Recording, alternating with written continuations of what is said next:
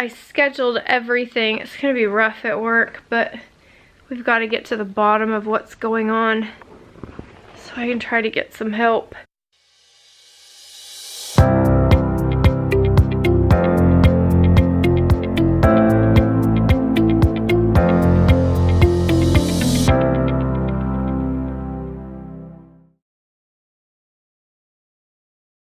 Hi guys.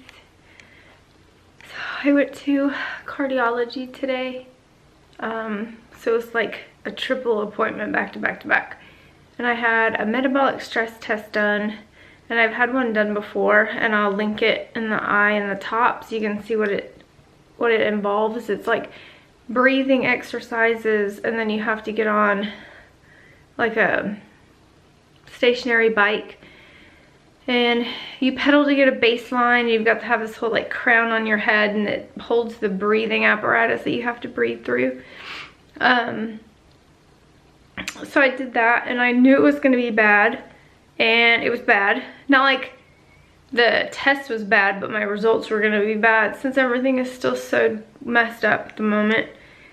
So I did the stress test, and then I went back in the lobby and waited, and then I was called back to see my cardiologist physio guy, since there's 3 things that are supposed to help POTS other than medication. So hydration, for one, not really working for me at the moment. Increased salt intake, again, not really working for me at the moment. And exercise. And I've been... I can't do anything that is gonna burn calories right now. So I can't do cardio, but I did talk to him about doing some strength exercises, because we kind of had a plan in place last July. And so I asked, based off of those kinds of exercises, you know, like what can I do? Especially with how much trouble I'm having still on my left side because of the feeding tube. So we talked about some things, and like we're starting so tiny, I can't even tell you. So literally it's gonna be no resistance, so it's only my own body to start with. But like if I wanted to work out my biceps, like I would contract that muscle, and I do it for 10 seconds, and then I stop, and then I do that 6 times. For anything that is feeling weak, and I can keep doing them unless it causes me pain. With the feeding tube complications and all of that, it makes it a little bit squidgy, but we're gonna do what we can. And so I talked to Kyle about all the stuff that was going on and everything that's happened since I saw them last, which was like 6 months ago.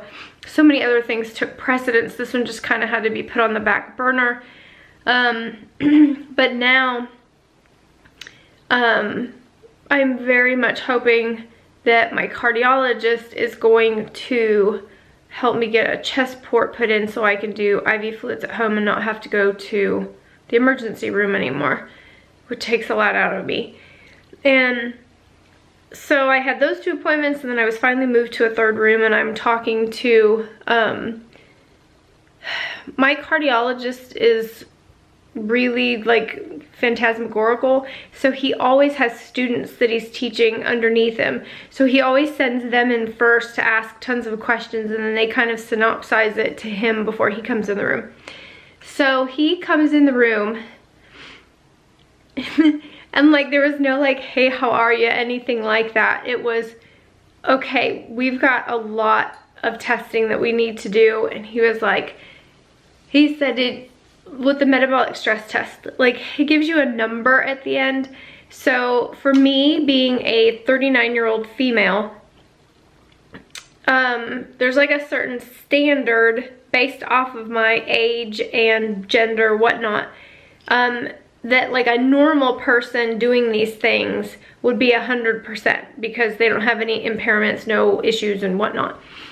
And so my metabolic stress test is measured against that normal. And the first time that I did it, like 6 months ago, 7 months ago, I was at 74%, which everybody was like super excited about, because I guess it was a lot better than a lot of people in my case, you know, with my special snowflakeness. And then, so my cardiologist was like, do you know what the number is? Like, did you hear what the number was? I said, no. I said, I know it's going to be a lot worse than it was the first time. So the first time I did it was 74% and 74%. And then today when I did it, I was at 41%. And it's just rough going back to like square one with some of these things. But it's not shocking just because my system has had such a hard time. And when I was talking to the physio guy, and he goes, definitely no cardio exercises, nothing like that, nothing that's gonna put a strain on your body. He said there's 3 things that you have to have kind of, you know, right with Jesus, before you can start any of those like POTS exercise plans. And he goes, you have to have good sleep, you have to have good hydration, and you have to have nutrition so that you have the fuel that you're putting into your body that you can burn trying to turn it into muscle. So I don't have any of those 3 things. And I was like, wow, over 3 is not very good. And he was like, no, definitely not very good. And he was like, you know, we've got to try to come up with some kind of plan. So I talked to my cardiologist, and he said, I'm gonna run a shit ton of tests on you. And he goes, some of it is gonna be what you had before on the POTS testing. Which I'm really hoping that I'm gonna have a much better time recording. I hope they let me. So anyway, so I have to have like tilt table test again. I have to have Answar. I have to have Q-Sweat. I have to have I have to have an echo. I have to have an EEG, something with adrenaline, something, and they like stick all the things on your forehead, and you've got to fall into some type of like pre-sleep something, and then the test starts and it lasts an hour. I really don't know what any of that's about. I haven't had any of that. I've got to have a celiac sonogram, another one. I've had one before, but with my GI problems being so freaking ridiculous. So we're doing all of that again, and my awesome parents are gonna come and at least stay a week with me to help kind of back and forth, and miniman too. Oh, and so okay, so I have a Holter monitor on. So I've got EKG leads, and I have some there. And I've got another one over there. There's my tube. And I got one up there too. So this one stays on for 24 hours, which isn't long at all. And so say I have an event, like a cardiac event. Okay, so you hit event, and then you scroll through them. Trying to get you no glare. Okay, so you scroll through, and it tells you that things that you can, if you have them, you have to mark them down. Palpitations, dizziness, I have that one a lot. Chest pain, and then that's it. So when you get to one that you've had, then you just hit enter and it says event recorded, and then it goes back to just kind of the standard screen, which is like time and date. And then I've also got, ouch, hold on here, I think I put it in the back. Yes, I did. So I have a loop recorder, ouch, too. And when I have to do this one, like, I'll show you guys how I have to do it. And this one I have to keep for a month. And it is so screamy loud. This is what it looks like. That's a loop recorder. So I've done this one as well. And to make a recording, you hit the orange button until it kind of starts this like awful squealy noise. And then you put your thumbs on both sides of this, and then you hold it like heart level, but like with your thumbs on it, like both thumbs would be on it like that. And it's kind of fascinating. Like it records your heartbeat through these like crazy tones. And so the loop recorders will only hold 4 events, and you have to write down your symptoms that you had like during an event. So if you had, you know, dizziness, if you had, you know, short of breath, like literally the same stuff that's on the monitor, the Holter monitor. So that will be a super fun month to get through with all the screaming. That one's kind of hard to deal with, but hopefully we'll have some good info. So within, it's funny how blue that looks.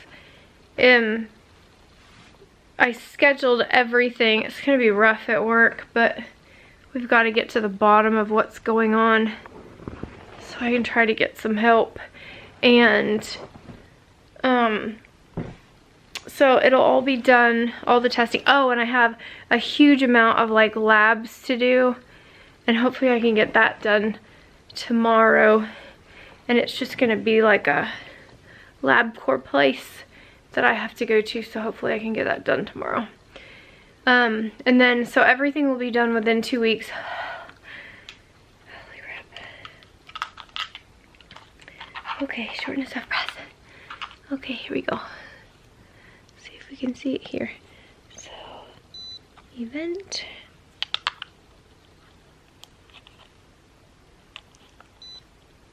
Skipped beat. Short of breath. Enter. See? But that's what it's been doing, and like it goes down to, like it's not marking them. It's being a little weird. Let me try it with my right hand. Enter. Short of breath. Enter. And then it says event recorded. And then it goes back. So that is what I'm up against. And then at the end of 2 weeks, I go back to talk about all the results and put a game plan together. And so, I mean, he said that we're gonna roadmap it for the next 6-7 months. See if we can get some quality of life back.